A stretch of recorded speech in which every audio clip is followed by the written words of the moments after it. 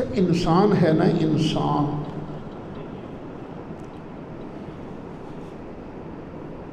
یہ غلطی کر جاتا ہے،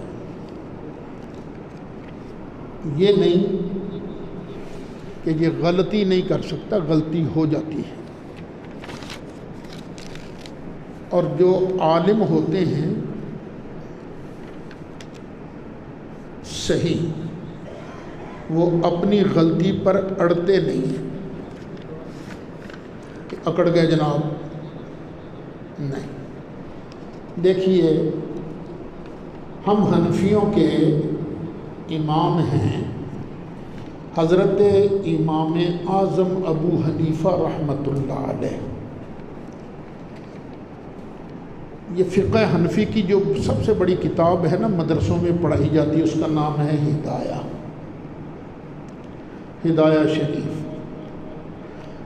اچھا، ہدایہ لکھنے والے نے جب پہلے کتاب لکھی تھی تو اس کی جلدیں تھیں صرف 80،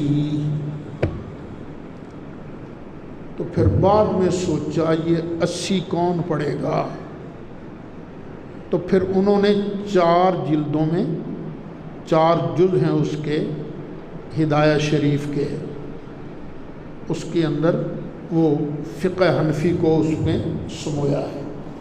اس کے اندر جگہ جگہ لکھا ہے کہ امام اعظم ابو حنیفہ کا پہلے خیال یہ تھا، بعد میں یہ خیال ہوا، یعنی انہوں نے اپنی بات سے رجوع کر لیا۔ میں نے جب مسئلہ بیان کیا تھا حضرت سیدہ طیبہ عائشہ صدیقہ رضی اللہ عنہا کی عمر مبارک کا جب مسئلہ بیان کیا تھا، تو میں نے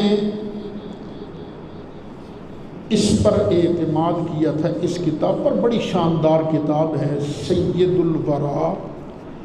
ہمارے ایک بزرگ ہیں ہری پور ہزارہ کے قاضی عبد الدائم صاحب دائم، بڑی اچھی کتاب لکھی، اور اس مسئلے پر بھی انہوں نے بہت اچھی گفتگو کی۔ پڑھا ہوتا ہے نا، بعض اوقات پڑھتا گیا بندہ، پڑھتا گیا، اور بعض اوقات بندے کو خود کتاب والے نے غلطی نہیں کی ہوتی، خود پڑھنے والے کو کوئی غلطی لگ جاتی ہے۔ انہوں نے اپنے صفحہ 392 پر ایک بات بیان کی ہے کہ زہری نے عروہ سے کچھ نہیں سنا، اور میرے منہ سے نکل گیا کہ عروہ نے حضرت عائشہ سے کچھ نہیں سنا۔ مجھے خیال بھی نہیں آیا کہ میں غلط کہہ گیا ہوں، نکل گیا منہ سے، اور اس کو میں نے 3-4 جگہوں پر ریپیٹ بھی کیا۔ تو میرے اپنے شاگرد ہیں مولانا حافظ غلام حسین گل، انہوں نے مجھے ٹیلی فون کر کے کہا استاد جی یہ تو مسٹیک ہو گئی۔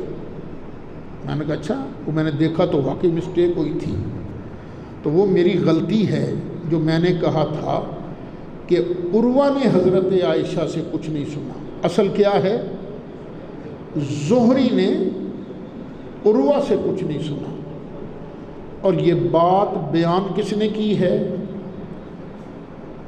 ایک دیوبندی عالم ہیں مولانا یوسف کاندلوی،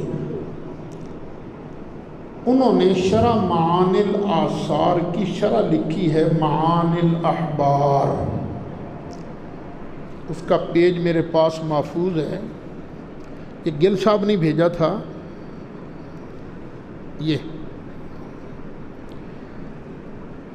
وذکر ابن ابی حاتم ایضاً اتفاق المحدثین علی عدم سماع الزہری من عروہ، کہ اس بات پر محدثین کا اتفاق ہے کہ زہری نے عروہ سے کچھ نہیں سنا۔ یہ نقل کیا ہے کس نے؟ مولانا یوسف کاندلوی نے، ان سے نقل کیا قاضی صاحب نے۔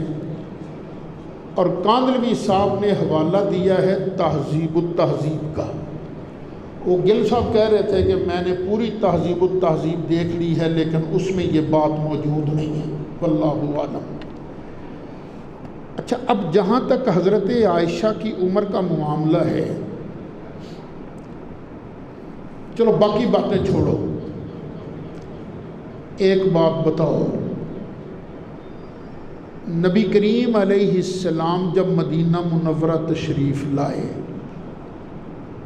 تو مدینہ شریف کی آب و ہوا صحابہ کو راس نہیں آئی؟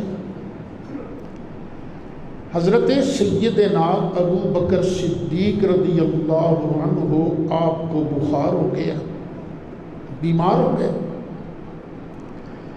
تو بیٹی حضرت عائشہ صدیقہ نے بڑی خدمت کی اپنے باپ کی۔ حضرت ابو بکر صدیق شفا یاب ہو گئے تو حضرت عائشہ بیمار ہو گئی، اور اتنی بیمار ہو گئی کہ سر کے بال بھی جھڑ گئے۔ پھر جب حضرت عائشہ ٹھیک ہو گئی، تندرست ہو گئی، تو اب سرکار نے نہیں کہا تھا، حضرت ابو بکر صدیق نے آن کے سرکار سے کہا، آقا آپ اپنی بیوی کو اپنے گھر کیوں نہیں لے آتے؟ تو سرکار نے فرمایا، ابو بکر سچی بات یہ ہے کہ میرے پاس حق مہر دینے کے لیے پیسے نہیں ہیں۔ حق مہر کہاں سے دوں گا، میرے پاس تو ابھی پیسے نہیں ہیں۔ تو ابو بکر صدیق نے عرض کیا، آقا میرا مال قبول ہو۔ تو حضرت ابو بکر صدیق سے نبی کریم علیہ السلام نے پیسے لے کر حضرت عائشہ کو بطور حق مہر بھجوائے۔ اب دیکھیے نکاح کا کون کہہ رہا ہے؟ باپ۔ کیا باپ ایسی بچی کے نکاح کا کہہ سکتا ہے، رخصتی کا کہہ سکتا ہے جو شادی کی عمر کے قابل نہ ہو؟ نہیں۔ ساری روایات پڑھ لیجئے، کسی جگہ آپ کو یہ نہیں ملے گا کہ حضرت عائشہ نے کہا ہو کہ میرے ساتھ تو بڑی زیادتی ہو گئی، میں چھوٹی عمر کی تھی تو میرے ساتھ زیادتی ہو گئی۔ کبھی نہیں کہا، کبھی نہیں کہا، نہ ابو بکر صدیق نے۔